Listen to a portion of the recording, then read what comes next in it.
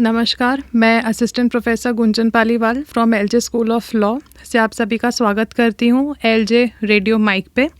आज हमारे बीच में उपस्थित हैं advocate Bhaumik Shah sir. Sir has a promising career in advocacy for over 18 years of his total experience. Sir is also well associated with Gujarat High Court as a practicing lawyer. Sir के बारे में मैं और अगर आपको बताऊं, then sir also has a registered firm of सेलोथ and Shah associates which has over 20 team members and is dedicatedly working for data transparency compliance projects for all the listed entities across the globe. Sir has also been a designated jury member of Vibrant Gujarat, EMA and various other Chamber of Commerce platforms. Sir, we are honored to have you here with us. Sir से आज हमारे बीच में जो चर्चा होगी वो रहेगा हमारा डेटा प्रोटेक्शन के ऊपर। दैट इज़ जो डिजिटल डेटा हम प्रोटेक्ट कैसे कर सकते हैं, या हमारा जितना भी ऑनलाइन डेटा हम डालते हैं इंटरनेट के ऊपर, क्योंकि आज के समय में कोई भी ऐसा व्यक्ति नहीं है, चाहे वो बच्चे की उम्र का हो चाहे वो एजेड उम्र का हो, कि कोई भी ऐसा व्यक्ति नहीं है कि जिसका इंटरनेट पे कोई भी इंफॉर्मेशन नहीं है। तो it is a big concern also, and at the same time it is also एक एक्सप्लोरिंग अपॉर्चुनिटी तो है ही to get in contact with the world at large, but at the same time it is also coming up as a curse. तो आज हमारे बीच में sir हैं, आज हमको सर उसके ऊपर गाइड करेंगे। Sir, thank you so much for accepting the invitation and we are please to have you here with us. My pleasure and honour, thank you ma'am. Sir, आप थोड़ा हमको गाइड करेंगे कि डेटा प्रोटेक्शन जो हमारे 2023 में act आया हुआ है, that is the digital personal data protection act of 2023। Sir, ये क्या है? डिजिटल इंफॉर्मेशन क्या होती है, डिजिटल डेटा क्या होता है? तो आप थोड़ा सा इसको हमको गाइड करेंगे इसके बारे में। जी, सो ये this goes way back before many years. पूरा वर्ल्ड आईटी में शिफ्ट हो रहा है, डेटा पे काम कर रहा है across globe, not just India, across globe. This was in the thought process of the law makers since a long time ago. We are talking about DPDPA somewhere in 2020 or 23, जबकि we would have to give the credit to certain Western countries who have thought this before. So कहीं ना कहीं पे वो लोग ने जब start किया था ये पूरा आईटी का जो 2K में 2000 में और वो सब में, when the shifting towards the computers and everything happened, so the world was moving from oil to data. So data is a new oil जो हम लोग बहुत बार बोलते हैं, उस हिसाब से ये पूरा चालू हुआ. बट ये डेटा क्या क्या कमाल कर सकता है वो हम लोगों को ऑफ लेट पता चला. फॉर एग्जांपल, अगर हम लोग कोई भी इंटरनेट पे वेबसाइट देख रहे हैं, फॉर एग्जांपल मैं एक मेरा बूट जूते खरीदना चाहता हूँ और मैंने कहीं पे सर्च कर लिया, तो कहीं ना कहीं पे मेरा बिहेवियरल ट्रैकिंग करके वो जूते बनाने वाली 4 कंपनियों को मेरा डेटा देगी कि okay, mister Bhaumik has seen this, and कहीं ना कहीं पे मैं कोई भी पेज ओपन करूँगा तो वो एक मेरे को ट्रैक करके मेरे को वो ऐड दिखाएगी. तो ये कैसे हुआ? डेटा के माध्यम से. सो कहीं ना कहीं पे बहुत सारा डेटा के ऊपर कंपनियां उसके एनालिसिस, उनके मशीन लर्निंग, उनके एल्गोरिदम्स रन करना चालू कर दिया. इवन इंक्लूडिंग के यूज़र्स को पता भी नहीं हो, कंसेंट नहीं भी दिया हो, फिर भी ये चालू हुआ. yes, तो कहीं ना कहीं पे राइट टू प्राइवेसी का क्वेश्चन आया कि हमारा डेटा कितना हमारा है. तो वो क्वेश्चन कहीं ना कहीं पे स्टार्ट हुआ था इंडिया में अराउंड 2014-15 के आसपास. एंड 2017 में एक बहुत ही लैंडमार्क जजमेंट है, Puttaswamy versus union of India, जो 2017 में दिया गया है. वो टाइम पे हम लोगों को ये सुप्रीम कोर्ट ने बताया कि right to privacy is a legal right, कि आपको प्राइवेसी मिलनी चाहिए, होनी चाहिए. तो उसके लिए सुप्रीम कोर्ट ने ये जजमेंट दिया और कहीं ना कहीं पे उसके बेसिस पे DPDPA का बेस बना. तो DPDPA जब भी बनना चालू हुआ उस टाइम पे स्टार्ट किया, लोगों ने सोचना चालू किया कि प्राइवेसी किस तरह से डेटा की मेंटेन किया जाए. एंड 2019 में सबसे पहली बार एक ड्राफ्ट आया. बट वो ड्राफ्ट में उनका स्कोप एंड उनका कवरेज जो इंक्लूजन होता है उसके ऊपर बहुत सारे क्वेश्चंस थे, एंड कहीं ना कहीं पे वो स्क्रैप आउट हुआ. फिर से उसके ऊपर काम चालू किया, बहुत सारे advisers and there was an entire commission council which was appointed, उनके ऊपर पूरा काम किया और बहुत ही बेहतरीन ड्राफ्ट इन 2023 अगस्त में आया. तो अगस्त 2023 में DPDPA पहली बार आया, जहाँ पे प्राइवेसी डेटा यानी पर्सनल डेटा को किस तरह से सेफगार्ड किया जा सके उसको पहली बार इंडिया में इम्प्लीमेंट किया गया। सो this is the entire background कि DPDPA कैसे बना, क्या था इसका बैकग्राउंड और इंडिया में इसकी ज़रूरत क्या है। So this was the background. Sir जैसा कि हमारा digital protection of data digital personal data protection act 2023 है, तो इसमें सारी ही इन्फॉर्मेशन जो एक जैसे सपोज आज अगर मैं इंटरनेट ब्राउज कर रही हूँ, मैं क्लोथ शॉपिंग देख रही हूँ, मैं फुटवेयर शॉपिंग देख रही हूँ, तो मैं जितनी भी साइट्स विजिट करती हूँ, तो इज़ दिस ऑल रिकॉर्डेड और this data is being breached out somewhere by some XYZ companies? No. So DPDPA बहुत ही डिफाइंड तरीके से काम करता है एंड बहुत ही उसका स्पेसिफिक स्कोप आज की डेट में। ऑब्वियसली इसको बहुत बार अमेंडमेंट आएंगे, इसको चेंजेस होंगे, but as of now when this was implemented it was very clearly indicated with your personal information. So PII बोलते हैं, पर्सनली आइडेंटिफाइबल इन्फॉर्मेशन। उसका क्या मतलब है, कोई भी एक यूनिक आइडेंटिफायर जो आपको आइडेंटिफाई कर सके उसको PII बोलते हैं। फॉर एग्जाम्पल मेरा Aadhaar number, so Aadhaar number of Bhaumik Shah will be unique. PAN card number, the PAN card number of Bhaumik Shah will be unique. Mobile number, email address, these are also considered under PII. Sir bank हम लोग आजकल जो online transactions करते हैं उसमें we have to share the bank details. Correct. So that is also somewhere at the target. Yes. So the financial data and health data also somewhere comes under it, which uniquely identifies you, especially the bank account. However, as you must have seen that there are some very nice guidelines given by RBI for masking the Aadhaar number or even at a certain point of time the bank account number, so that the entire visibility of your Aadhaar number is not given to the other person. So RBI has permitted that rather than the entire 12-digit number, only 4-digit, last 4-digit can be open. The earlier 8-digit can be encrypted or masked, so that is permitted. So all the steps slowly and steadily the competent authorities or the governing bodies are taking it to make the data protected, especially your PII. So DPDPA right now covers your PII information to the most. All right sir, इसमें जैसा कि अभी आपने बताया कि सिर्फ personal information को अभी इस डोमेन में प्रोटेक्ट किया गया है, तो अभी ये जो DPDP एक्ट है, is it well sufficient to cater the needs as of now, कि is it a comprehensive in itself, या अभी भी इसमें हम अमेंडमेंट्स हो सकते हैं? 100% होंगे मैम, क्योंकि अभी क्या है, DPDPA जो एक्ट है, it is, I would say it's just a first version and in February just the rules of the same has come out. As of now still the rules are yet to be finalise and कहीं ना कहीं पे ये question हो रहा है कि इसका कवरेज, इसका स्कोप, इसका रिपोर्टिंग अथॉरिटी, ये सब बहुत ही अच्छी तरह से डिफाइन किया गया है, बट उसका implementation is only something that time will show us. So as on date जैसे हम बोलते हैं कि there are 2 acts, one is IT act जिसके बारे में हम लोग बात कर सकते हैं, which is nearer to it, but it does not cover the PII and the protection of the personal information. But IT act होता है, जैसे आप जिसकी बात कर रहे हो कि साइबर क्राइम्स होते हैं, साइबर फ्रॉड्स होते हैं, तो उसकी रेमेडी पूरी IT act, information technology act 2000 के नीचे दिया गया है. ऑलराइट, तो means as of now the DP act में पेनल्टीज हैं? पेनल्टीज है जी, पेनल्टीज है और बहुत ही ज़्यादा पेनल्टीज है अभी के लिए. एंड अगेन जैसे मैं बोल रहा हूँ कि it is in a very nascent stage, there will be a lot of changes which will come, is what I am anticipating at my personal level.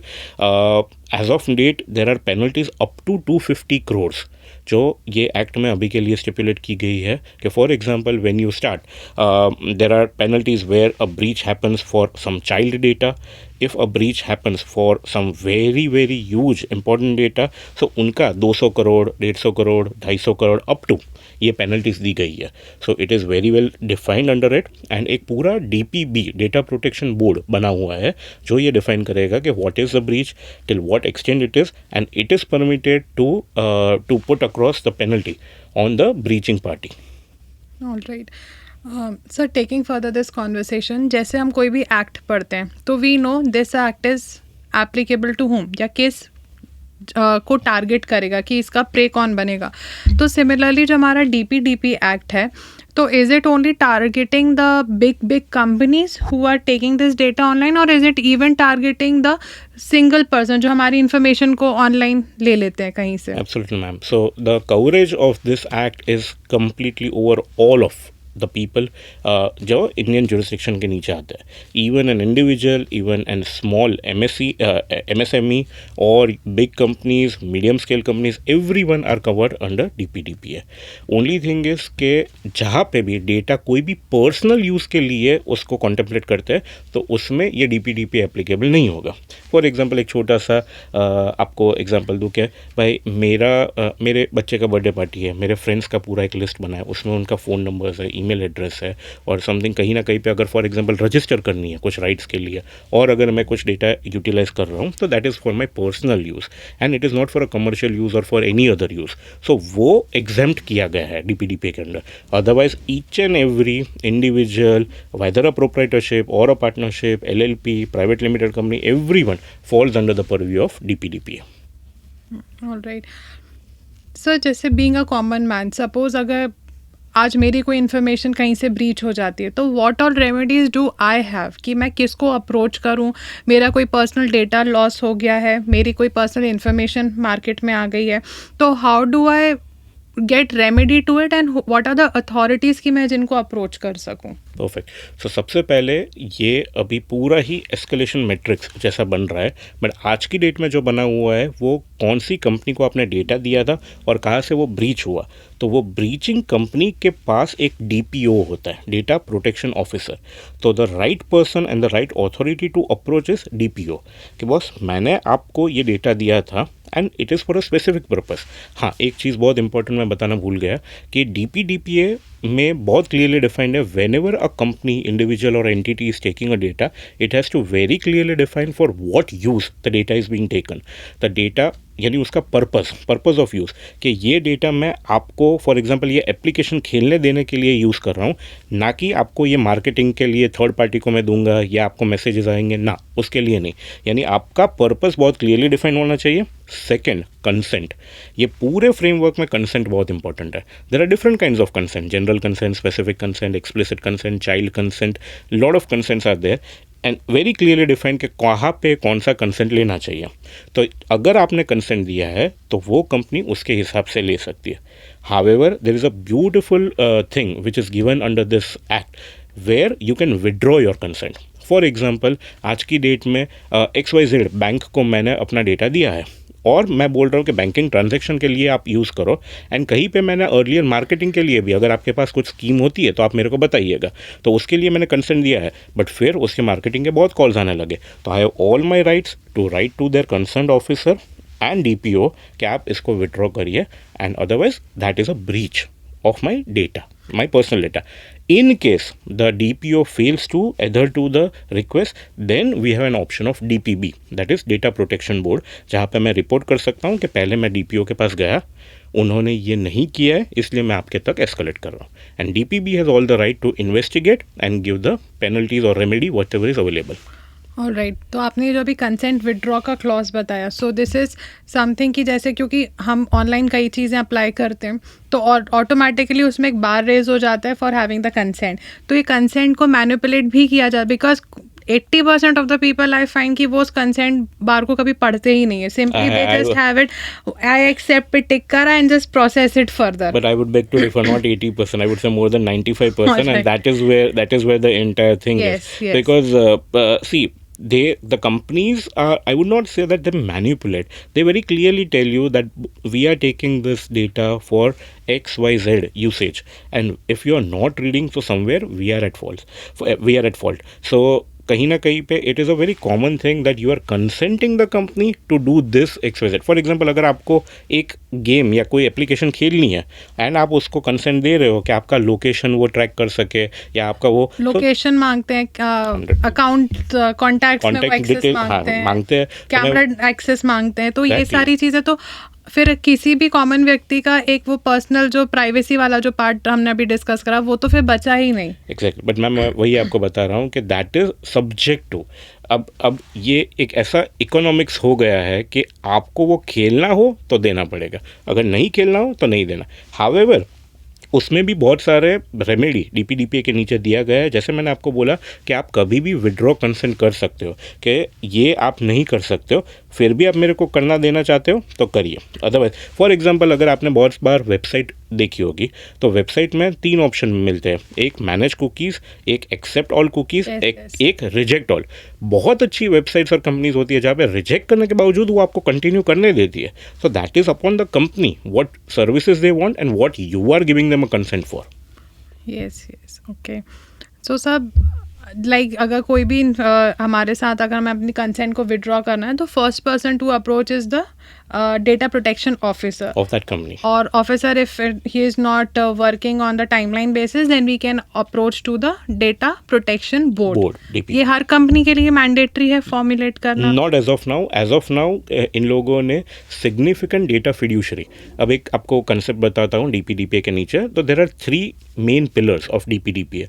One is data principal, one is data fiduciary and one is data processor.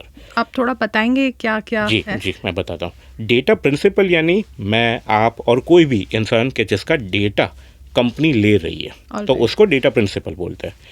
Data fiduciary यानी कि जो company आपका data ले रही है उसको data fiduciary बोलते हैं। एंड तीसरा होता है डेटा प्रोसेसर, जिसको डेटा फिड्यूशरी आपका डेटा दे रही है कुछ स्पेसिफिक टास्क करने के लिए। अब एक सिंपल एक एग्जांपल देता हूँ। आपकी एक मोबाइल कंपनी होगी जो आप सिम कार्ड यूज़ करते हैं, कोई भी हो गया, जियो हो गया, एयरटेल हो गया, वोडाफोन, जो भी होगा। अब वो कंपनी, आपने वो सिम कार्ड लेने के लिए आपका आधार कार्ड या ऐसा कुछ आपने एड्रेस प्रूफ दिया, तो मैं बन गया डेटा प्रिंसिपल, वो कंपनी बन गई मेरा डेटा फिड्यूशरी। डेटा फिड्यूशरी को मैंने अपना डेटा दिया ताकि वो मेरे को एक सिम कार्ड की सर्विसेज दे सकता है।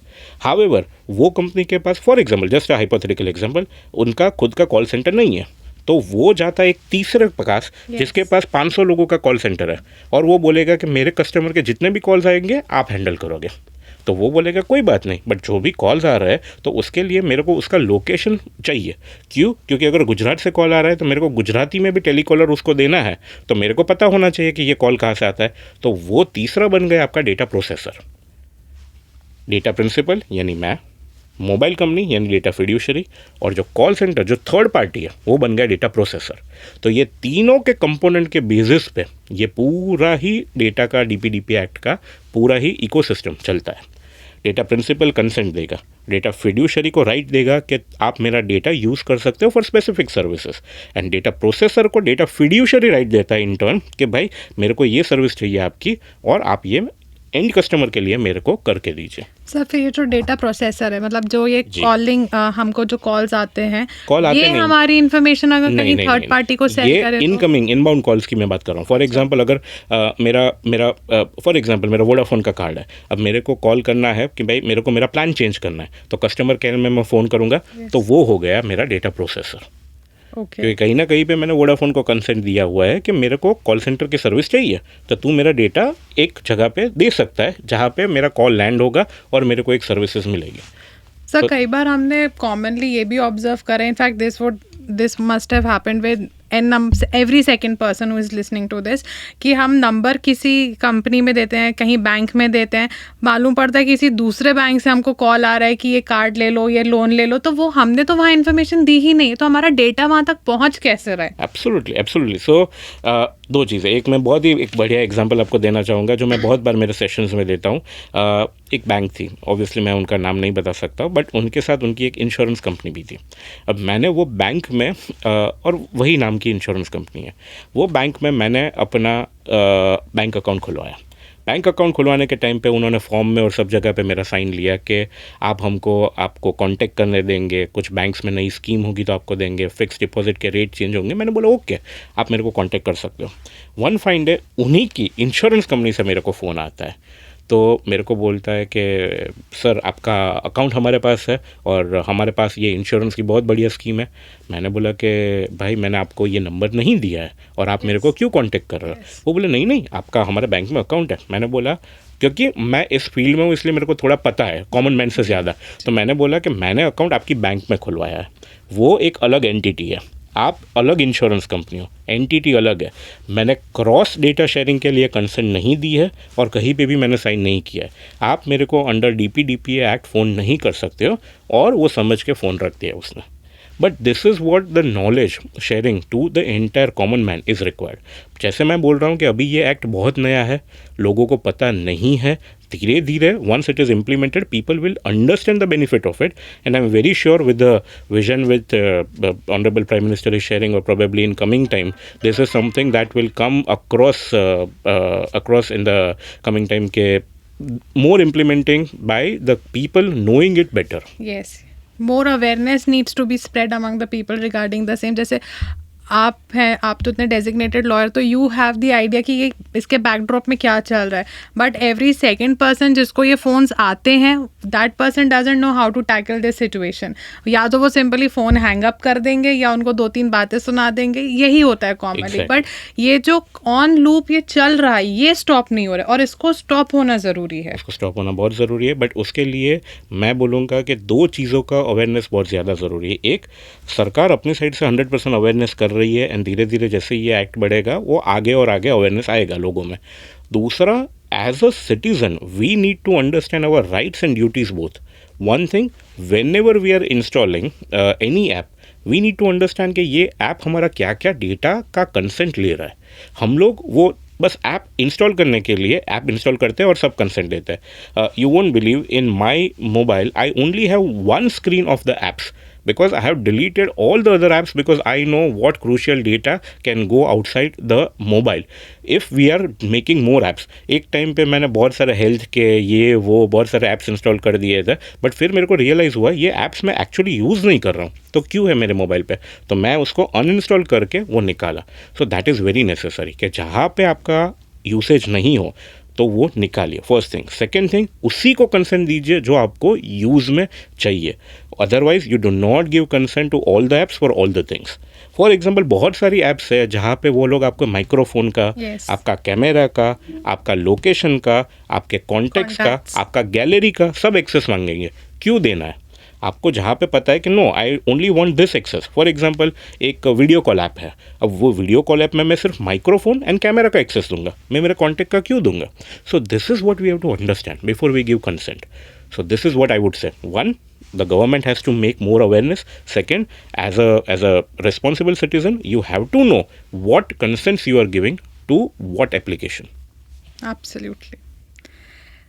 सर, और कुछ आप अगर हमें बताना चाहें इस एक्ट से रिलेटेड, और हम कहाँ सतर्क हो सकते हैं. जी, सो मैम, ये एक्ट बहुत ही I would really say this is a very nice initiative, although I would say bit late, because कहीं ना कहीं पे इसका प्रेसिडेंस यूरोपियन यूनियन में 2016-2018 में GDPR करके होता है.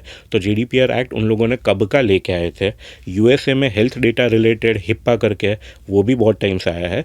सऊदी अरेबिया में related to the BFSI and everything, NDMO and everything, वो भी बहुत टाइम से.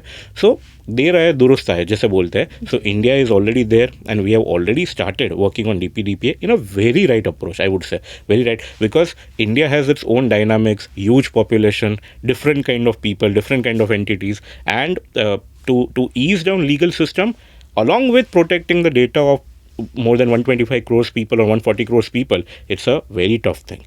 However, the implementation is done. I am very sure that as of now, अभी के लिए डेटा प्रोटेक्शन बोर्ड है, slowly and steadily they will be having nodal people और nodal agencies at a state level, और उनके नीचे ये DPOs आएंगे तो और ज़्यादा स्ट्रक्चर्ड होगा in coming time, is what I feel.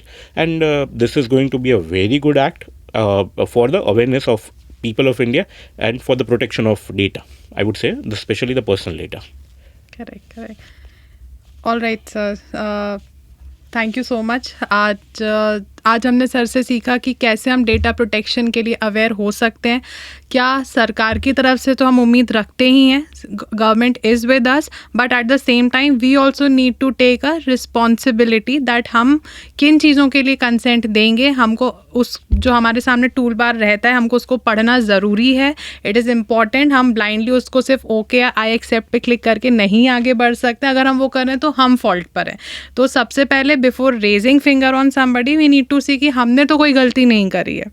So with this note, I would like to conclude this session over here, and thank you so much, sir, Thank you, for ma'am. Thank being you. here and sharing all this information about this newly enacted law, that is digital protection and data protection. Right, ma'am. And thank you so much. I am really thankful to LJ. Through this medium of radio and from this platform, I can reach to many people, help out in some awareness, and I would really happy to connect more people. Thank you very much. Absolutely. Thank you so much, sir. Thank you.